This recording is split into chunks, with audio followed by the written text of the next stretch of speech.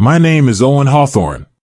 I'm 28 years old, the youngest son of one of Chicago's most powerful families, and the one they never planned to keep.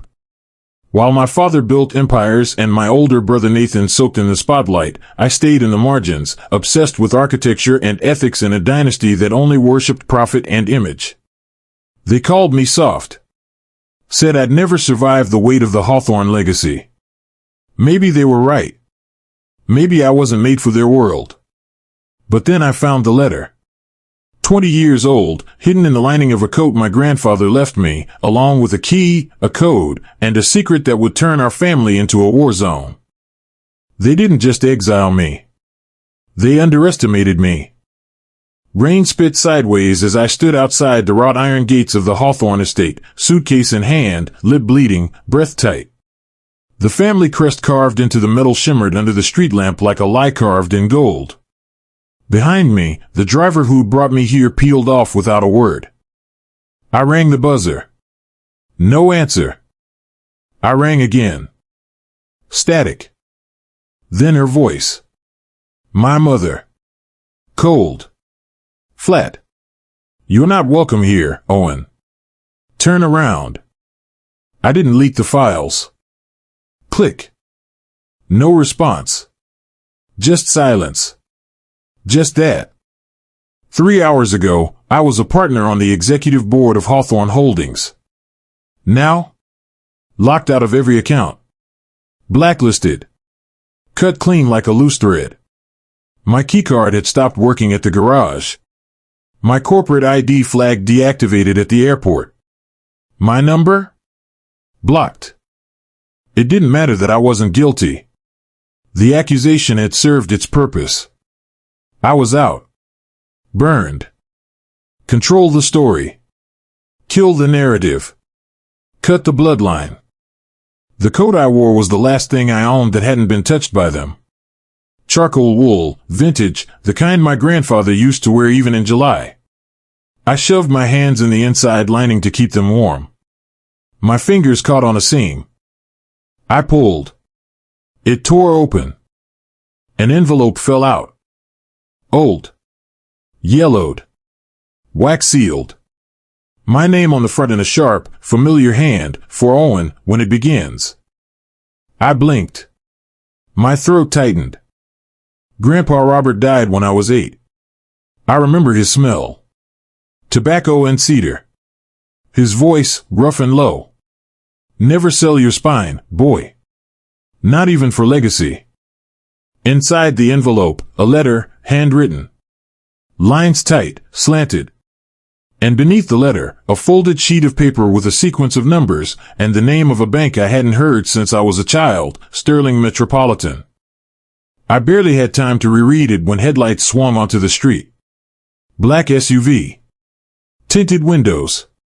It slowed by the curb. Then accelerated and vanished. Coincidence? Chicago doesn't do coincidence. 2 hours later, I sat in a 24-hour diner on West Belmont, coat still wet. My suitcase wedged between my boots. Coffee untouched. I logged into my account. Error, access restricted, legal hold. Tried another. Same. I pulled out my ID to check into a hotel. The receptionist scanned it. Her eyes narrowed. I'm sorry it's been flagged. I can't, she lowered her voice. It's marked as stolen. I am Owen Hawthorne. She flinched. That's what the system says. I walked back out into the rain. Alone. No money. No shelter. But I had the letter. 3:12 a.m. The subway trembled as it pulled into the underground station. I rode one stop, then another. I didn't know where I was going until the words whispered themselves, Sterling Metropolitan Bank. When I was 10, Grandpa took me there once. I remembered the lion heads above the marble arches. The smell of dust and wealth. If the code in that letter meant anything, it would start there. I stood outside Sterling Bank at dawn. Rain gave way to fog. The building rose like a tomb out of the mist. Empty. Closed. I leaned against the stone, heart pounding. Inside my pocket, the letter burned. They didn't just erase me. They planned this. The bank didn't open until 7. I waited. Across the street, crouched under the awning of a closed bakery, I watched the lights come on, one by one. Security first. Then front desk. Then the elevators blinked to life like a slow awakening. The kind you regret. Every raindrop hitting the sidewalk was a drumbeat in my skull. I hadn't slept. I couldn't. Fear doesn't knock. It waits. And when it walks in, it doesn't leave. At 7:03, I crossed the street. My boots left wet imprints on the white marble floor. The place smelled like brass, polish, and wealth. A woman at the front desk gave me a once-over. My coat was still damp. Hair a mess. Eyes wired. I handed her the envelope. She froze mid-reach. Her voice dipped.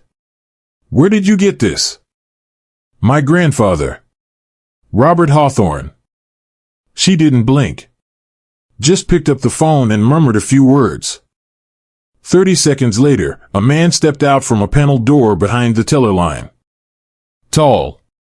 Silver hair. Trim suit. Cold eyes. Mr. Hawthorne, he said. Not a question. You are? Marcus Elroy. Senior Vault Manager. His voice was sandpaper wrapped in silk. He turned. No small talk. Just follow me. Cut scene. The elevator hummed as we descended. No floor buttons. Just a keycard reader. Marcus held up a chipped metal card. The elevator sank past level B2. The air changed. Denser. The kind of silence that made you feel like something was listening. We stepped into a concrete corridor lit by strips of white LEDs. Cameras in every corner. Doors with biometric pads. Marcus scanned his iris. The lock hissed. You understand this vault hasn't been accessed in over 2 decades, he said.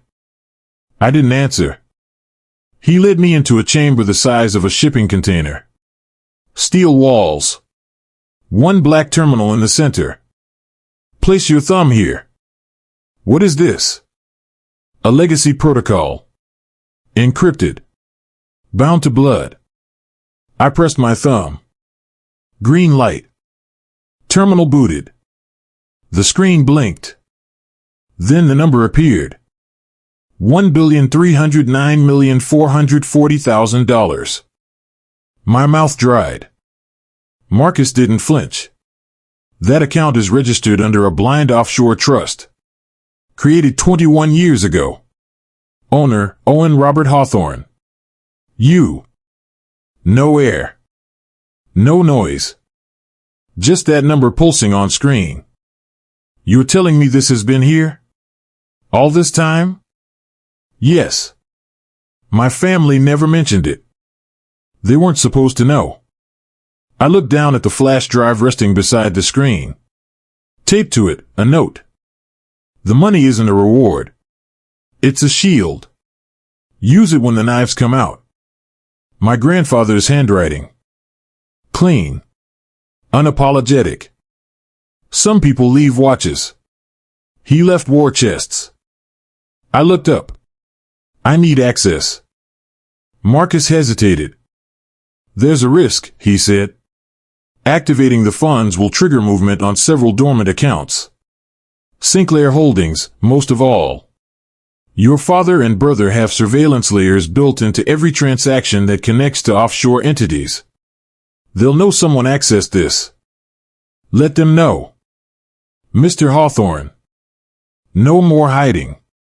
No more waiting. He stared at me. Then nodded once. I'll prep authorization files. We'll lock down the assets under staggered release windows to avoid seizure. You'll need biometric confirmations at each level. Do it. He reached for a file. I stopped him. Why haven't you told them before?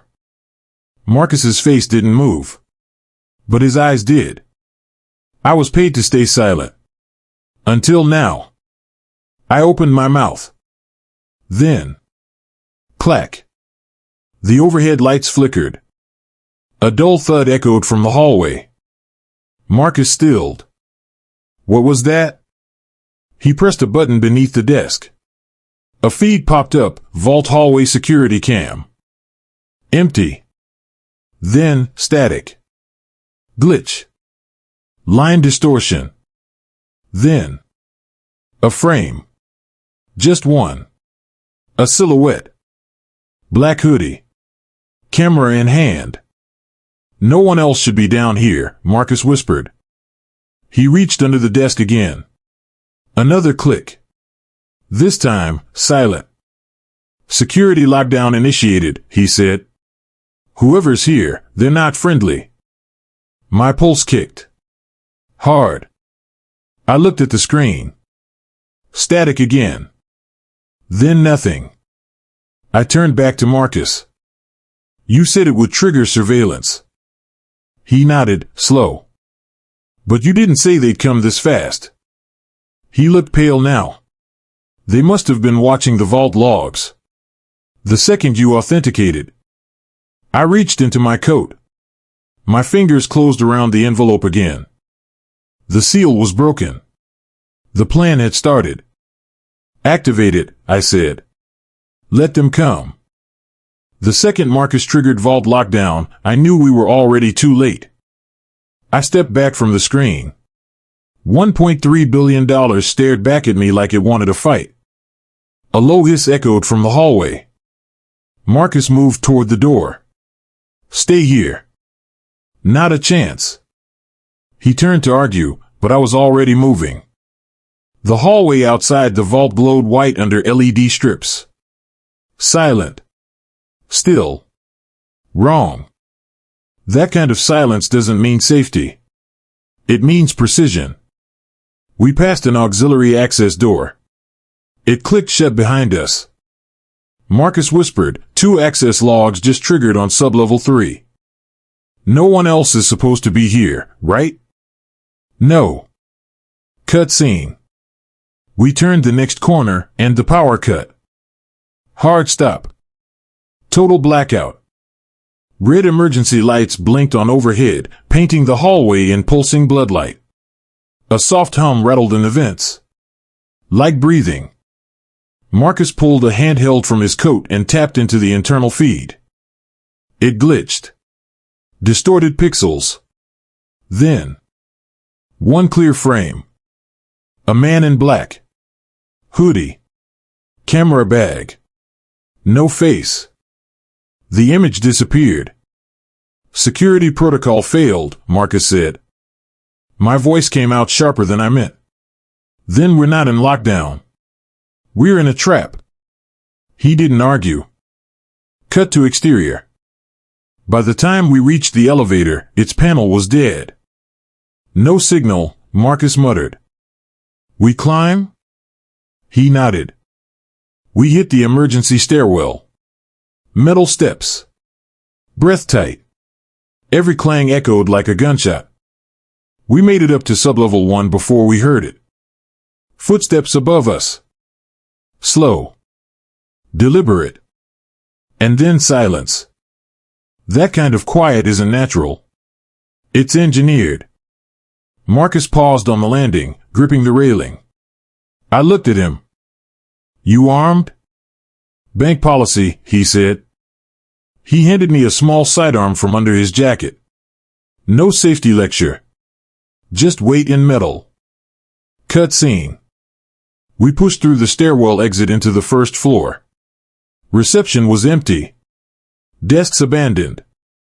Phones blinked silently. A cup of coffee still steamed. I froze. That cup hadn't been there 30 minutes ago. Someone was still here. I moved toward the desk. Checked the monitor. The last login ID blinked on screen. J. Ford internal surveillance override 6:58 a.m. I stepped back. My stomach turned cold. Julian Ford. My grandfather's former counsel. The same man quietly exiled 10 years ago after an internal scandal, before anyone could prove his role in a hostile acquisition attempt. He wasn't just back. He was watching me. I grabbed Marcus's shoulder. I need to get out. Now. There's a second exit through the underground garage, sealed under code only Robert knew. I have a code. We bolted. Cut to underground garage. Door slid open. Motion lights blinked on. 3 cars. 1 running. Music playing. Sinatra. That's life. Marcus went white. That's Ford's car. We edged closer. No one inside.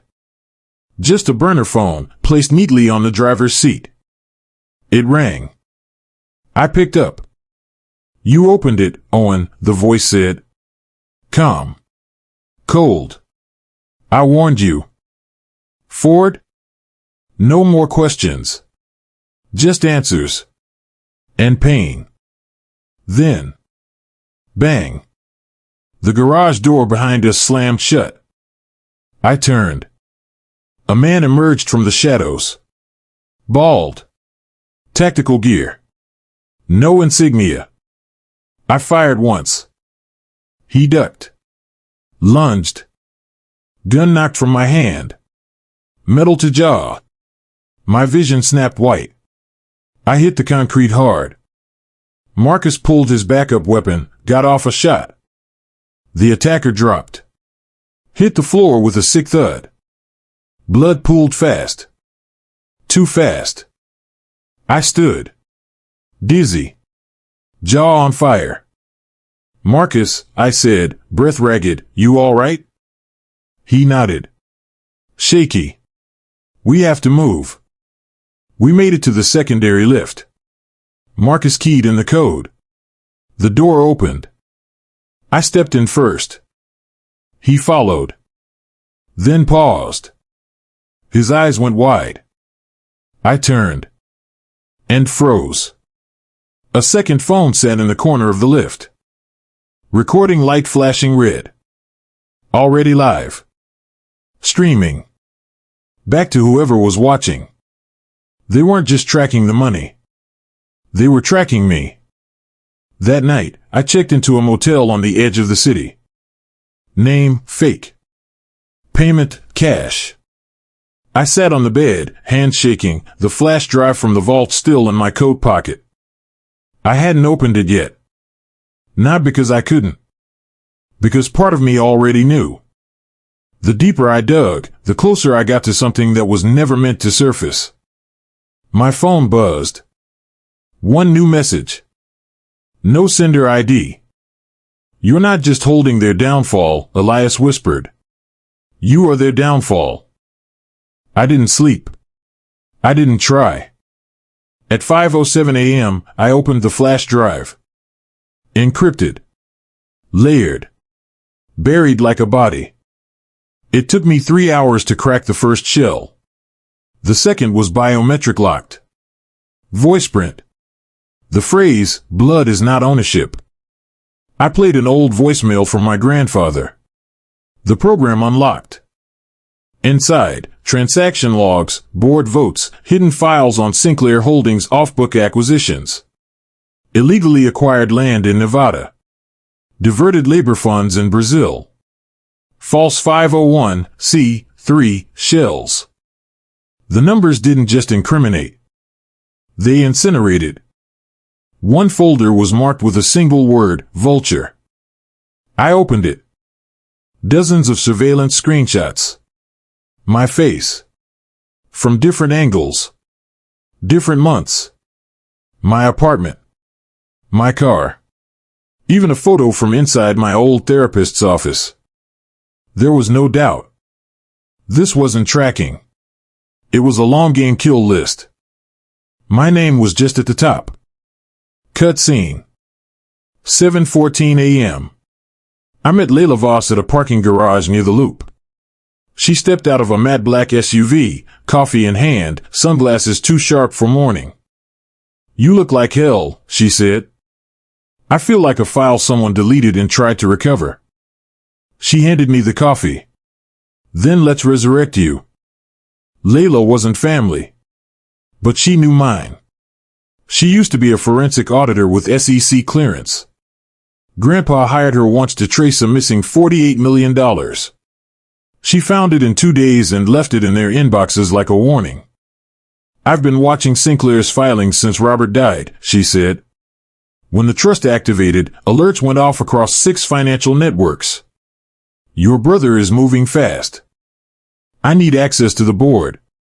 You won't get it through legal. They'll block you before your past reception. I don't need to go through them, I said. I need to go through the back door. Cut scene. We set up a dead drop server inside an abandoned WeWork in the West Loop. 2 hours later, I began uploading portions of the files to targeted board emails. Anonymized. Untraceable. One board member responded. Simple reply. 1 line. Meet me. 9 p.m. Tribune Tower. Level 7. No name. No signature. By noon, it started. My personal bank sent an alert, suspicious activity on my remaining account, attempted freeze. Then my email pinged. Legal inquiry from a law firm I'd never heard of. Same firm that handled Sinclair Holdings offshore restructures. Layla looked up from her screen. They're weaponizing the system. They always did. This time, I'm fireproof. You're not, she said. You're just more flammable than they thought. At 8:47 p.m., I arrived at Tribune Tower. Elevator to level 7. Empty hallway. Dim overheads. One door open. I stepped in. A man stood by the window. Long coat. Tall frame. His back to me. Ford? I said. No, he replied. He turned. It was Owen Jennings. Sinclair board member. Soft voice. Paper hands. The kind who never fought but always survived. You shouldn't be here, he said. You asked for this meeting. No. I was warned not to. He stepped forward. Eyes hollow. I tried to help you. But they knew. They always knew. You're not the threat. You're the excuse. A sound behind me. I turned. Black. Cut to darkness. Plastic crinkling. My wrist zip-tied to a chair. Fluorescent flickering above. I blinked. Cold air stung. A figure leaned against the far wall. Julian Ford. Smiling like he'd waited 10 years to breathe again. I warned your grandfather, he said. I said if he tried to bury me, I'd come back with a shovel. I didn't speak. He stepped forward. Marcus is dead. And you're about to follow. I tensed. Jaw clenched. He crouched, inches from me. You think truth wins? Truth doesn't win. Money wins. Fear wins. And I've had 20 years to build both. I spat at his feet. He stood. Then let's make this final. Flash cut. Gunshot. Screaming tires. Light shattered. The wall behind Ford exploded inward. Layla. She didn't come alone. Smoke grenade rolled in. I ducked. Tackled sideways. Hands ripped the zip ties. Move, she shouted. We ran. Inside the getaway car, breath ragged, blood in my mouth, I laughed. What? I looked at her. They just declared war. Back at the safe house, I opened a new file Ford hadn't touched yet. A contract. Dated 15 years ago. Signed by my father and brother. Labeled Blood Clause, Amendment 4. Terms were clear.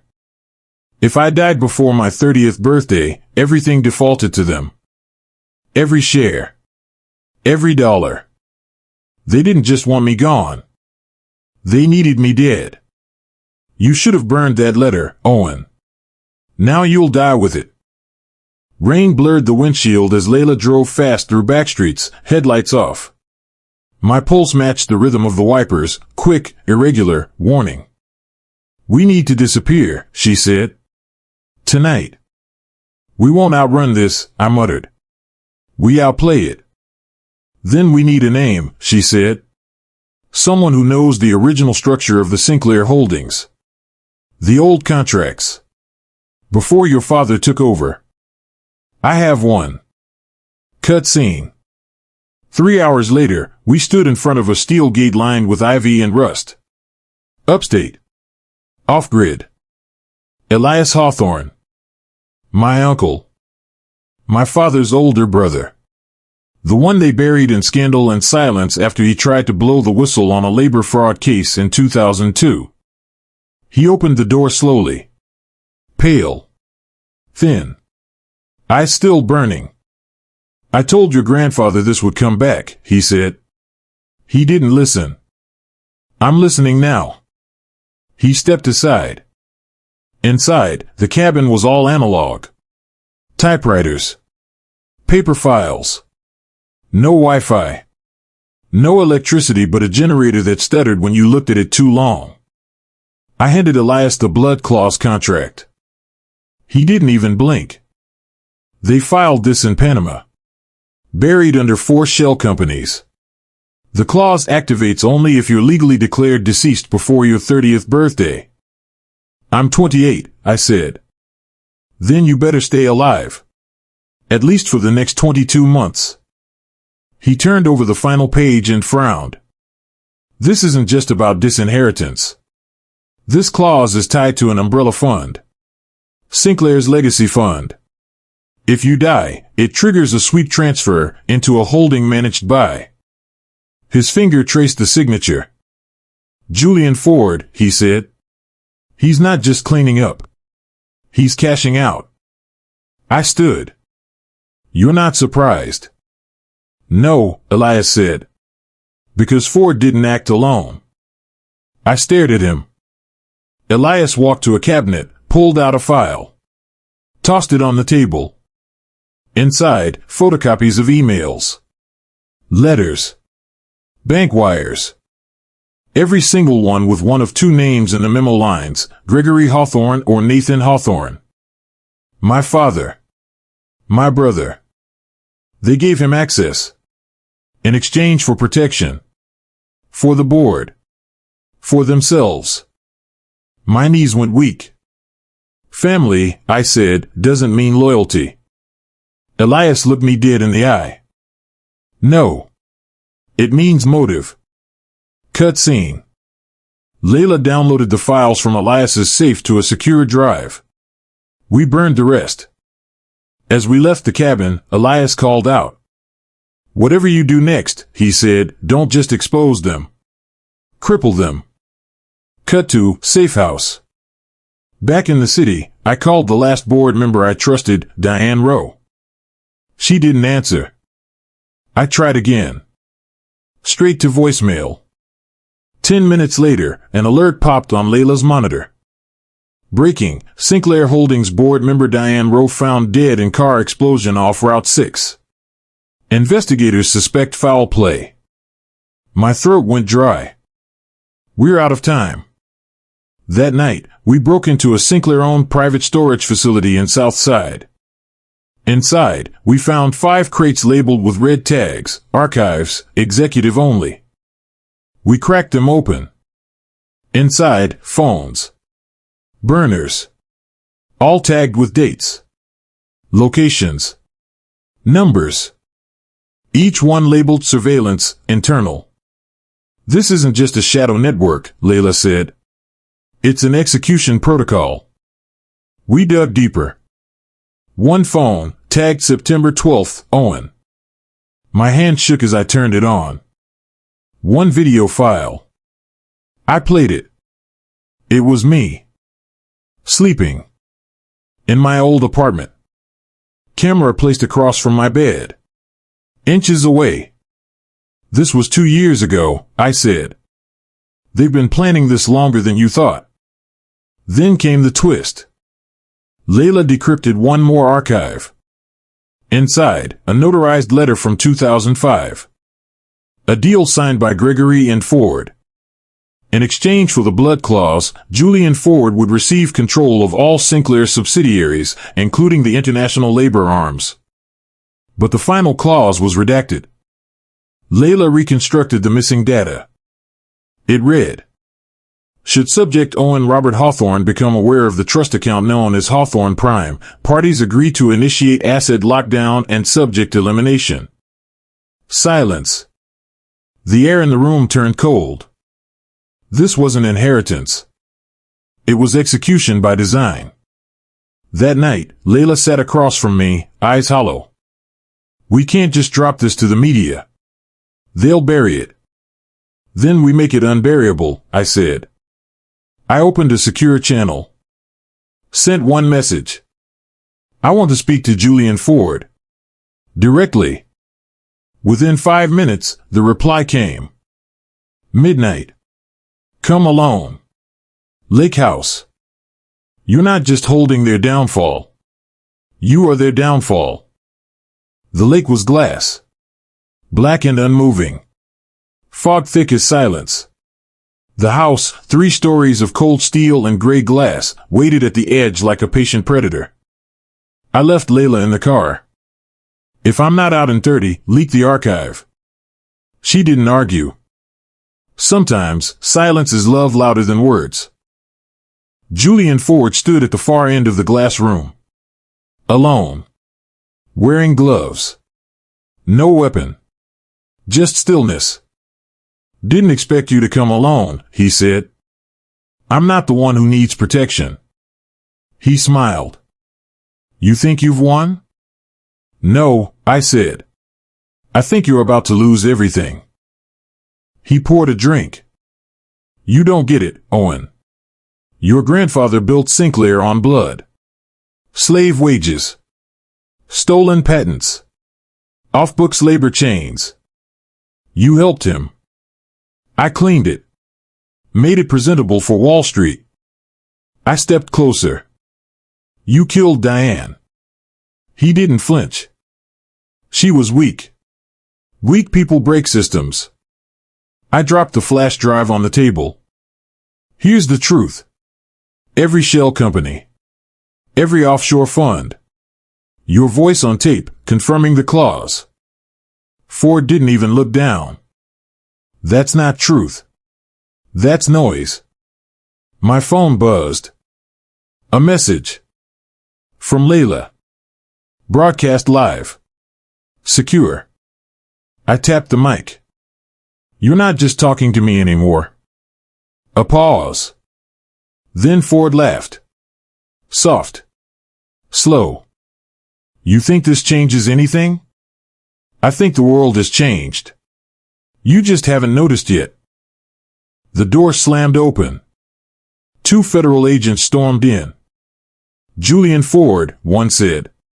You're under arrest for conspiracy to commit financial fraud, contract murder, and racketeering across state lines. Ford raised his glass and mock toast. History will forget you.